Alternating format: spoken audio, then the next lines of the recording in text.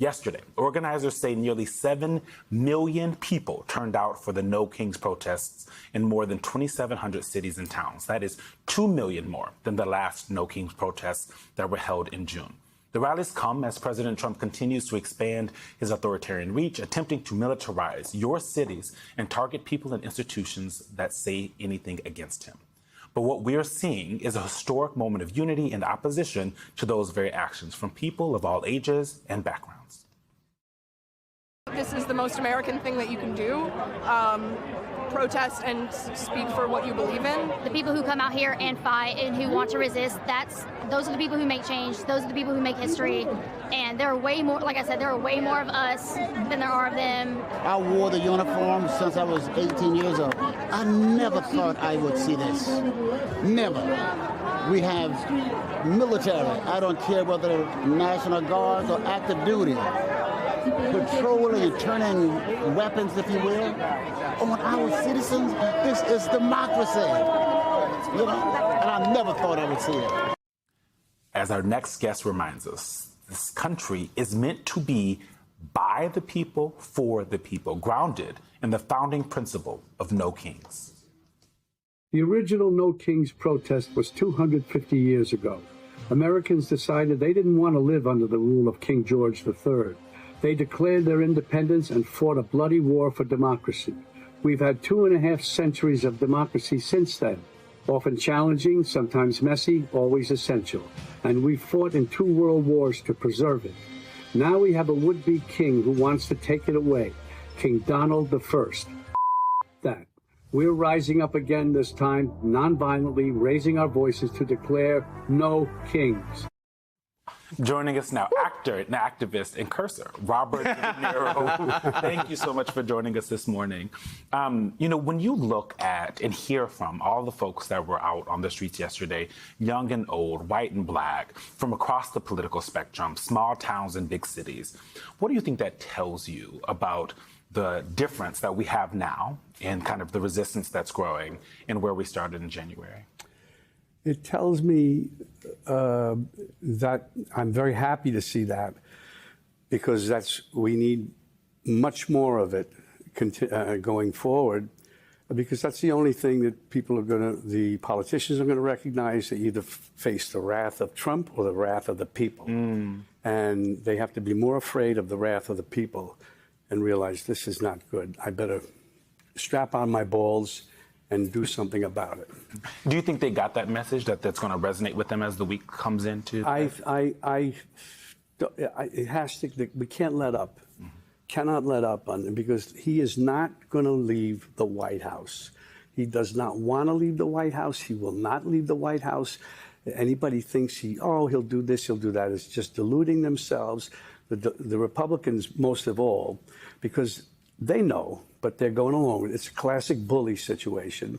We see it, and there's no other to face a bully. You have to face him and fight it out and back him off and back him down. That's the only way this is going to work. Speaking of strapping on balls, there seems to be only one candidate in the New York City mayoral race who is willing to do that and who has been critical of President Trump right now. Have you decided who you're voting for yet next month? I don't know, but I have thought of the thing that I like about Hamdani is that he's young, he's smart, and he means well. He's not a mean person. He's not a bad person.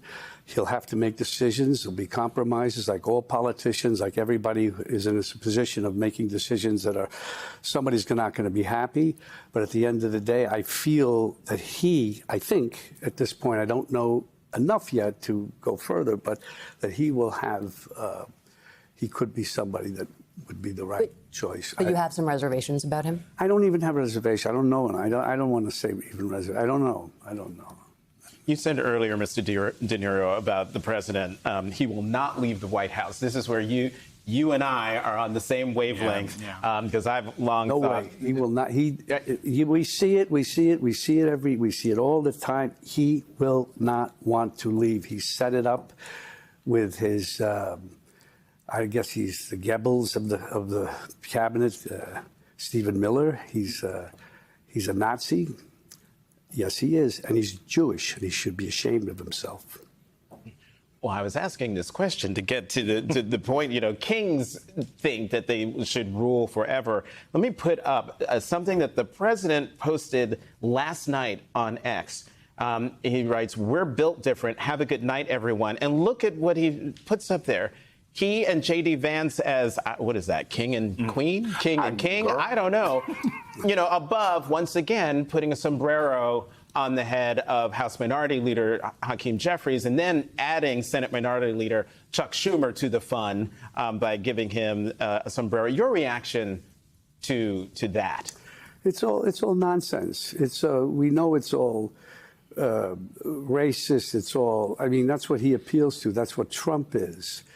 Everything is. What you see is what you get. It's not going to change with him. Everything. He's just. The point is we have to keep fighting and pushing until he is out. Period. There's no other way. He's not going to want to leave the White House. What is he facing? He's facing certain things. No matter what the Supreme Court, they're going to find a way to go after him for what he's done, all the awful, monstrous things that he's done.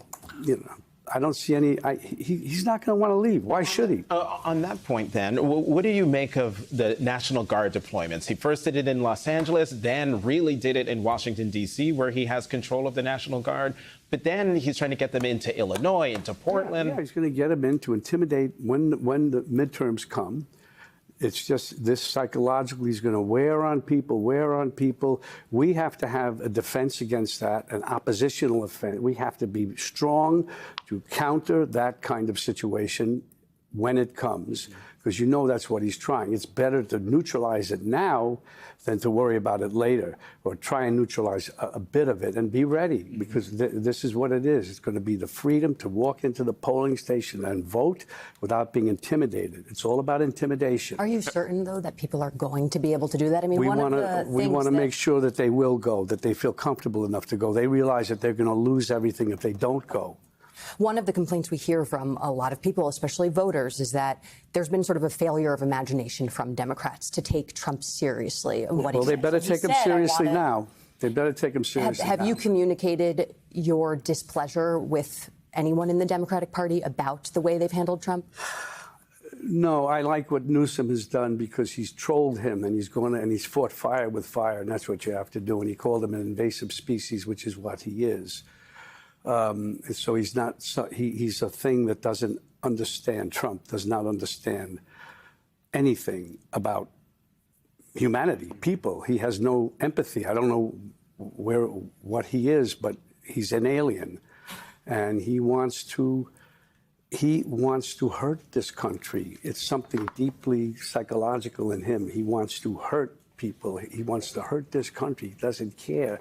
And what saddens me the most, upsets me the most, is that people follow him and they think and they kiss his ass and they look up to him. And I don't understand it. I don't understand the people in his cabinet, some of them, Rubio, other one, how they can live with themselves after what they've allowed him to do and not stood up. Even walk out of the room when what they did with Zelensky the first time. Rubio, looking at his face, they got the camera on him. If he had balls, he would have walked out. Mr. Deniro, you're talking about... And he say, my conscience, I'll lose my job, I'll do things, I can always go on the air, I can always talk later, they'll always listen to me.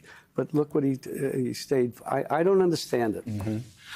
Mr. Deniro, you talked about the people around President Trump. I want to play something that the White House press secretary said earlier this week about the Democratic Party and get your reaction on the other side. The Democrat Party's main constituency are made up of Hamas terrorists, illegal aliens, and violent criminals. That is who the Democrat Party is catering to, not the Trump administration and not the White House and not the Republican Party, who is standing up for law-abiding Americans, not just across the country, but around the world. Language matters, and the way that you look what talk she's about saying. Yeah, look what she's saying. There's no respect for any kind of truth or anything. It's just it's another world. We have to combat it. There's no way around it. What this kid, I'm just so, I don't even know what.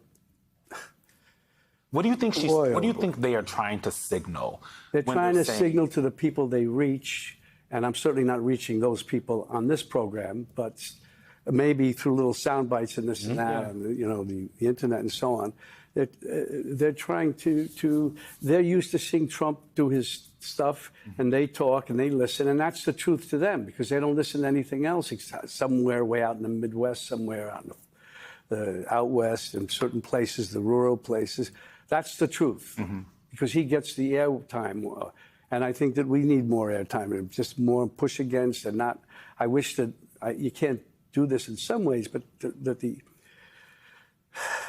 news media could find ways to kind of ignore or tamp down nonsense from Trump. It's just total nonsense. But those people out there listen to it and assume if it can be on the air and it's out there, it's the truth. Mr. De Niro, we are in what is today, 19th? We are 19 days into the government shutdown. Picking up on what Jackie was asking about in terms of Democrats and messaging, the Democrats have not provided any votes for the CR to reopen the government because they have been hammering away at health care, both the extension of the Obamacare subsidies, but also the cuts to health care that are coming as a result of the big, beautiful law. How do you view the way Democrats are handling the messaging, but also handling the tactics behind this shutdown? There's something I like Hakeem Jeffries. I like Schumer, Adam Schiff. They're all great, strong. I like what Letitia James is doing. She's saying this is it. I will not be taken down by this person. I am not afraid of him, and God bless her for that. And that's how other people have to be. I saw a thing about ICE going in and getting some lady, a black woman, who was saying she was pretty on. I was on the news. I was watching it yesterday. Somebody sent it to me. She laid it in, and those ICE guys, they knew that she was right, and they better not mess with her. And that's what you need, people who are saying, I've had enough of this. And we've all had enough. It's right in front of us. People have to stand up, do it nicely, peacefully, and all that. You don't want to give him an excuse to do what we all say he would want to do and call it the Insurrection Act and all that. So